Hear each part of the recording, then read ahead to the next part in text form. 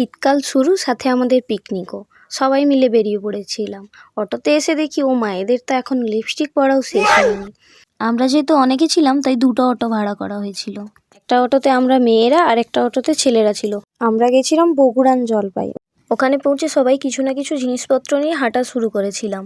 আর একে দেখো, একটা 20 লিটারের জলের ড্রাম নিয়ে ভাব নিচ্ছে। বহু কষ্টে অনেক দূর হাঁটার পর অবশেষে আমরা রান্না করার জায়গায় পৌঁছেছি। ওখানে পৌঁছে সময় নষ্ট না করে সবাই মিলে কাজে লেগে পড়েছিলাম। আর এই যে আমাদের মুড়ি মাখা হয়েছিল, আর এদেরকে দেখো, মুড়ি মাখা হতে না হতেই মুড়ির ওপর হামলে পড়েছে। আমরা কিন্তু ছেলেদেরও কাজে লাগিয়ে দিয়েছিলাম। কাটাকুটি শেষ করে আমরা কিন্তু প্রচুর ছবি ভিডিও করেছি। আর এই দেখো, এখানে আমরা ক্যামেরা অন করে পাগলের মতো নাচানাচি করছিলাম। একদিকে পকোড়া ভাজা চলছে আর আমরা কিছুজন মিলে সমুদ্রের ধারে গিয়েছিলাম। তারপর সবাই গিয়েছিল।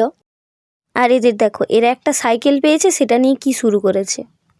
আর এদিকে আমরা জল দেখে পাগল হয়ে গেছিলাম। সবাই মিলে প্রচুর আনন্দ করেছি। সমুদ্রের ধার থেকে ফিরে এসে এখানে সবাই মিলে আমরা খেতে বসে পড়েছিলাম। খাবারে ছিল স্যালাড, বেগুনি, ফ্রাইড রাইস, চিকেন কষা, চাটনি, মিষ্টি, দই, পাঁপড়। আর একে আমরা ধোয়াধুয়ির কাজে লাগিয়ে দিয়েছিলাম। তারপর সবাই মিলে একটু নাচানাচি করে আর একটু মন খারাপ নিয়ে আমরা চললাম হোস্টেলের উদ্দেশ্যে, কারণ এটা ছিল আমাদের লাস্ট বছর কলেজের।